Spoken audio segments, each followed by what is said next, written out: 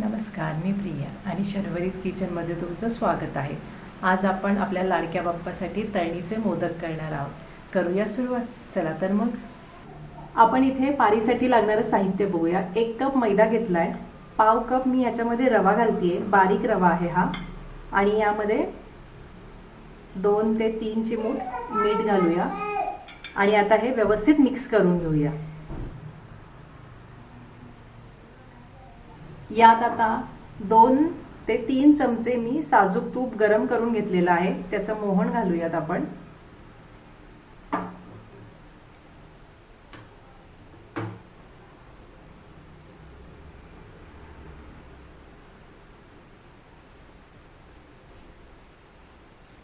हे आधी एकजीव करून घेऊया।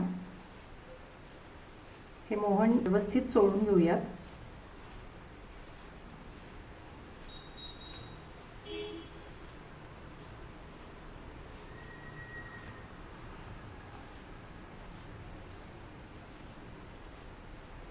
आता यात हळूहळू पाणी घालत आपण एक घट्ट गोळा तयार करून घेऊया।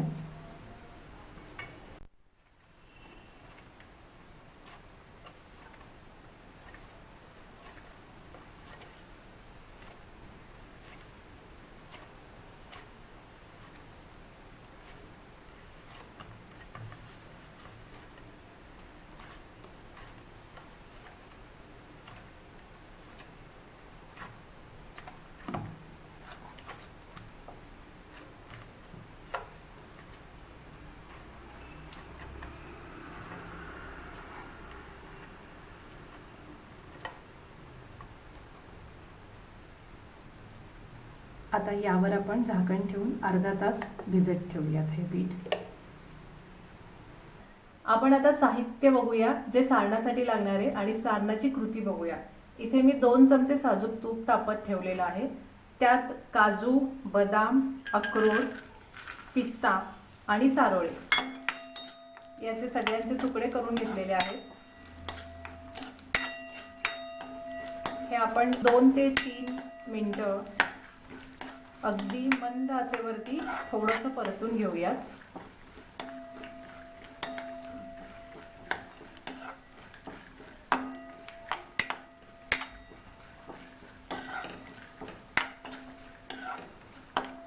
यात मी साधारण 1 पाऊण कप खोबरं घेतलंय, ओल्या नारळाचा चव घेतलाय, तो मी परतून घेतले जोपर्यंत त्याचा थोडासा ओलसरपणा कमी होत नाही किंवा जात नाही तोपर्यंत आपण हे परतून घेऊयात।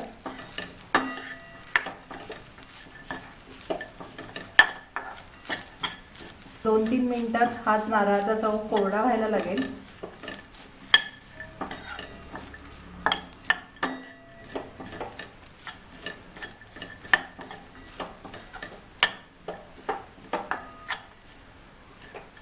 गॅस बारीक करा। साधारण बघा आता थोडंसं खोबरं कोरडं झालंय।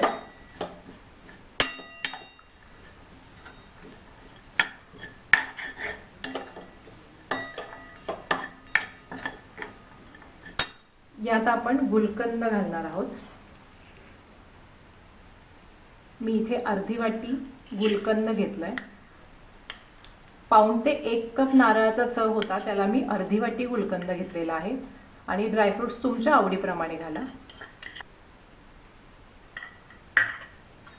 हे साधारण 2-3 मिनिटात मिक्स होईल। गॅस चालू राहू दे।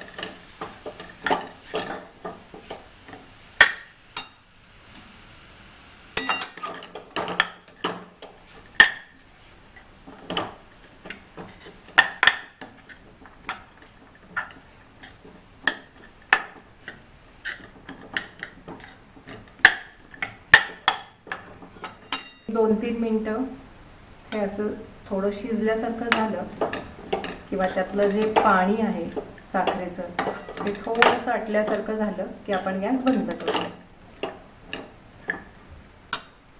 आपलं मोदकासाठी लागणारं साहित्य तयार आहे, आपण हे काढून घेऊया। इथे आपल्याला मोदकाला लागणारं पारीसाठीचं साहित्य तयार आहे आणि सारण सुद्धा तयार आहे। आता आपण मोदक तयार करून घेऊया। हा जो गोळा मळलेला आहे त्याच्यातून आपण छोटे छोटे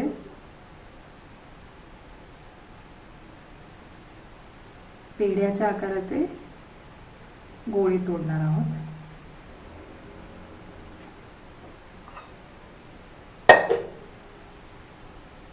आपण हे गोळे वळून घेऊयात.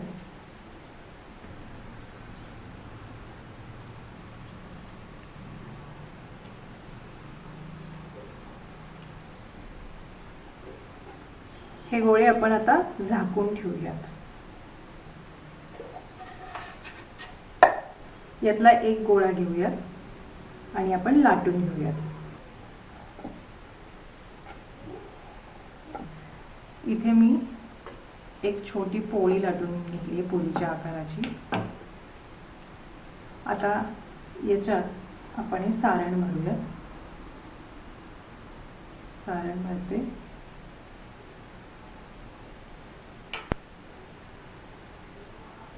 कुठलीही एक बाजू धरून आपण इथे अशा प्लेट्स घालत घालत जायचं. शक्य होईल तेवढं मी कॅमेरा जवळून दाखवण्याचा प्रयत्न करते.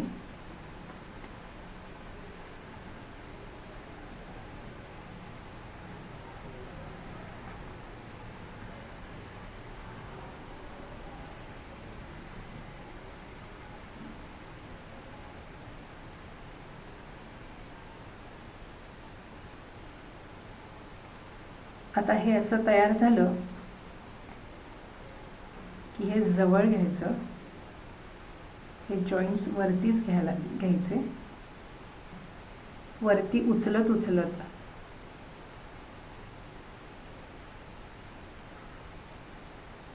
हे एकत्र आलेलं पीठ बाजूला करायचं.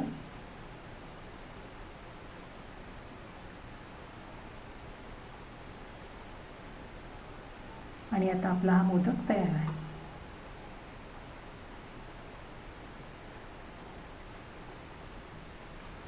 इथे मी एक मोठी पोळी लाटून घेतली आहे.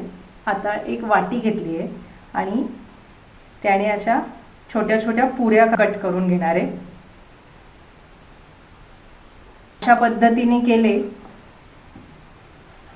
तर एका पोळीमध्ये 7 मोदक होतात.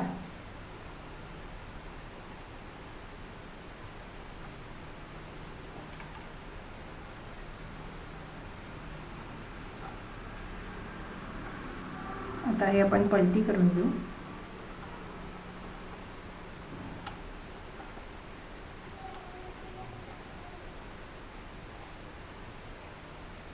आता आपण सारण भरूयात.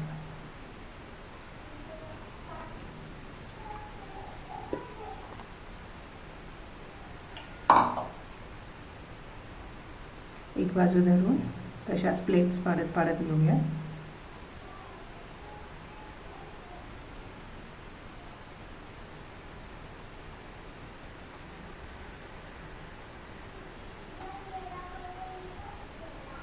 आता वाटलं कमी सारण तर थोडंसं ॲड करू शकता.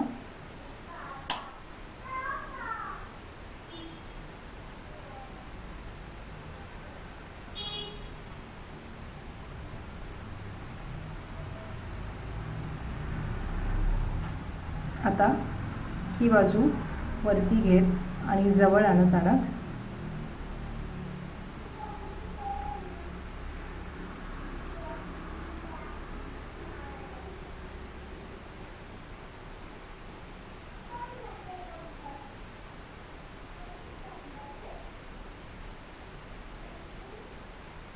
हा आपला मोदक तयार. आता मी सगळे मोदक तयार करून घेते.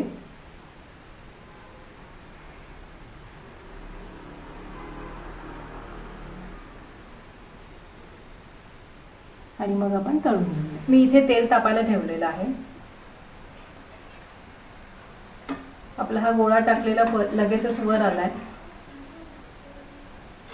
आपलं तेल व्यवस्थित तापलेलं आहे. आता आपण एक एक करून मोदक सोडूया. गॅसची फ्लेम माझी मीडियम आहे. एकसारख्या आकाराचे मोदक आधी सोडून घेऊयात आपण. तुमच्या कढईमध्ये किती मोदक बसतात त्यानुसार तुम्ही एका वेळेला सोडा. मी इथे 6 सोडलेले आहेत. आता हळूहळू असं तेल उडवत हे मोदक आपण तळून घेऊया. तुम्हाला गॅस मोठा वाटला तर थोडा स्लो करा, फास्ट गॅसवरती तळू नका.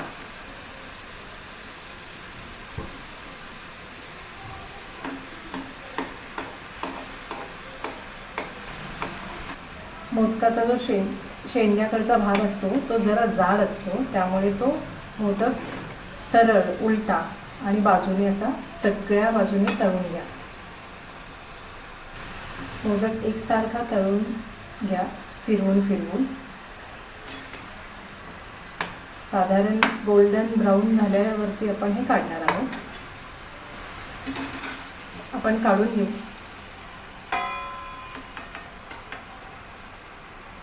इथून काढूया.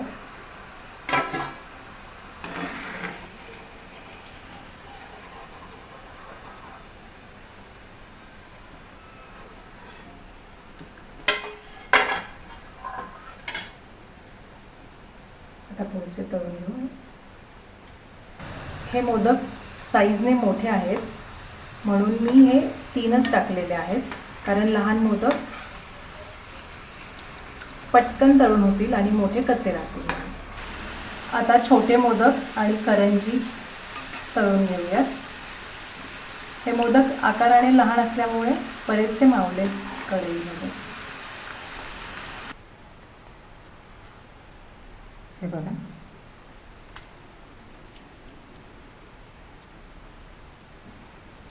एक कप नारळाचा चव घेतलेला होता मी इथे सारणासाठी. त्यामध्ये मोठे आणि लहान असे मिळून आणि 1 करंजी 20 मोदक आणि 1 करंजी झालेली आहे.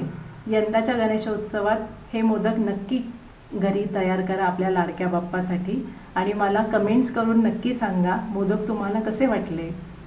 माझ्या शर्वरीज किचन या चॅनलला लाईक करा, शेअर करा आणि सबस्क्राईब करा आणि कमेंट करायला विसरू नका. थँक्यू.